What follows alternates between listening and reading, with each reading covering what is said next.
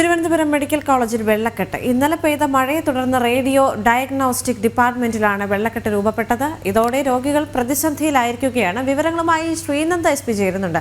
ശ്രീനന്ദ, കുറേ നാളുകളായി മെഡിക്കൽ കോളേജിനുള്ളിലെ സംവിധാനങ്ങൾ തകരാറിലാകുന്നതുമായി ബന്ധപ്പെട്ട് നിരവധി പരാതികൾ ഉയർന്നിട്ടുണ്ട്.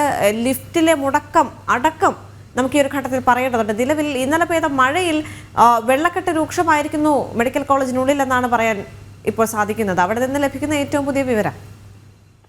തീർച്ചയായിട്ടും ഇന്നലെ പെയ്ത കനത്ത മഴയിലാണ് തിരുവനന്തപുരം മെഡിക്കൽ കോളേജിലെ റേഡിയോ ഡയഗ്നോസ്റ്റിക് ഡിപ്പാർട്ട്മെന്റ് വെള്ളക്കെട്ടിൽ മുങ്ങിയിരിക്കുന്നത്.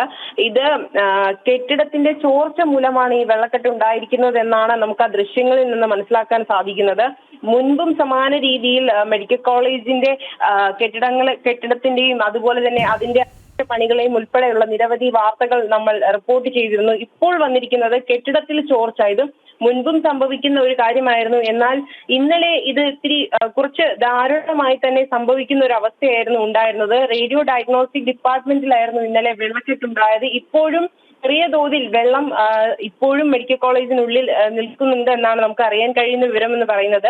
അതുപോലെ തന്നെ അത്യാധുനിക CT മെഷീൻ സ്ഥാപിച്ചിരിക്കുന്ന മുറിയുടെ പുറം ഭാഗം വരെ വെള്ളത്തിനടിയിലായി, അല്ലെങ്കിൽ വെള്ളം അവിടെ വരെ കയറിയിരിക്കുന്നു എന്നൊരവസ്ഥയിലാണ് ഇന്നലെ എത്തിയത്. എന്നാൽ ഈ അത്രയും CT സ്കാൻ മെഷീൻ എന്നൊക്കെ നമുക്ക് പറയുമ്പോൾ നമുക്കറിയാൻ സാധിക്കും ഏറ്റവും ഉപയോഗപ്രദമായിട്ടുള്ള മെഷീനുകളാണ്. അതിലൊക്കെ വെള്ളം കയറിക്കഴിഞ്ഞാൽ അതിന്റെ അവസ്ഥ എന്ന് പറയുന്നത് അതികഠിനമായിരിക്കും. പക്ഷേ ഈ ഒരു അവസ്ഥയൊക്കെ ഉണ്ടായിട്ടും എന്തുകൊണ്ടാണ് അധികൃതർ ഇത് പുറത്ത് അല്ലെങ്കിൽ ഈ ഒരു പ്രശ്നം പരിഹരിക്കാത്തത് എന്നൊരു ചോദ്യമാണ് അവിടെയുള്ള രോഗികൾ ഉൾപ്പെടെയുള്ള ആൾക്കാർ ഉന്നയിക്കുന്നത്. ഇത് പുറത്തറിയാതിരിക്കാനുള്ള കാര്യങ്ങളാണ് സർക്കാരും അതുപോലെ തന്നെ ആരോഗ്യ വകുപ്പിന്റെ ഭാഗത്തു നിന്നും ഉണ്ടായത്. കഴിഞ്ഞ ദിവസം കോഴിക്കോടും സമാന രീതിയിൽ ഒരു ആശുപത്രിയിൽ ഒരു പ്രശ്നമുണ്ടായിരുന്നു, തീപിടുത്തമുണ്ടായി. ഈ ഒരു സാഹചര്യം നിലനിൽക്കുകയാണ് ഇപ്പോൾ വിവിധ പ്രശ്നങ്ങൾ ഉന്നയിച്ചുകൊണ്ട് കേരളത്തിലെ ഒട്ടാകെയുള്ള മെഡിക്കൽ കോളേജുകളിൽ നിന്ന് ഇങ്ങനെയുള്ള പ്രശ്നങ്ങൾ ഉടലെടുക്കുന്നത്.